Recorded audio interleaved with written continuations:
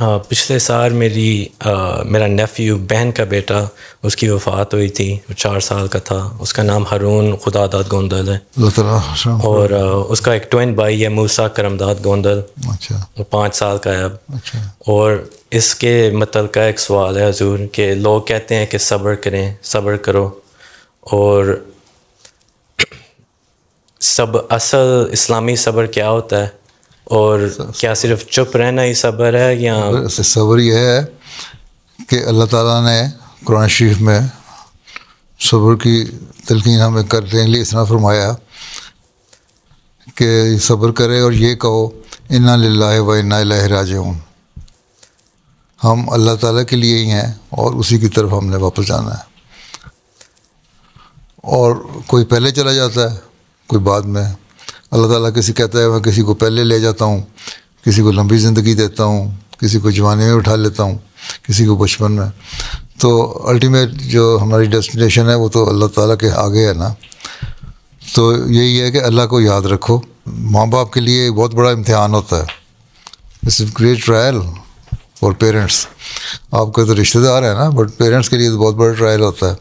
لیکن ان کو بھی یہی ہے کہ صبر کرو تو اللہ تعالیٰ تمہیں بدلہ دے گا. یہ اللہ تعالیٰ کا احسان ہے کہ ٹوین بھائی تھے، ایک اللہ تعالیٰ نے دیا ہوا ہے، اس کی تربیت کریں. اور اللہ تعالیٰ اور بھی اللہ تعالیٰ ان کو بچوں سے نوازے. اگر ان کی ایسی عمر ہے تو اللہ تعالیٰ اس کا دے دیتا ہے اس کے بدلے میں اور بچے بھی.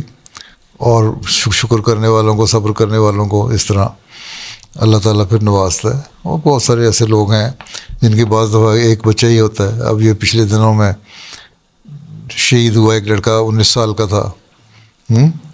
اب وہ ماں باپ کا ایک بیٹا تھا. ماں باپ بڑے ہیں اور بچے بھی نہیں ہو سکتے. میں نے فون کیا ان کو، افسوس کیا. انہوں نے کہا ہم صبر کر رہے ہیں، ہمارے لیے کوئی ایسی بات نہیں.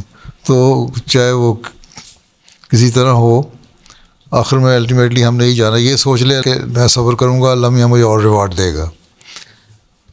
چاہے وہ بچوں کی صورت میں دے یا ان بچوں کو زیادہ بہتر پوٹینشیل دے کے دے، یا آئندہ اور بچے ہوں وہ ایسے زیادہ لائق ہوں، یا صبر کی وجہ سے اللہ تعالیٰ اور کسی رنگ میں نواز دے، یا اگلے جہان میں جا کے نوازے.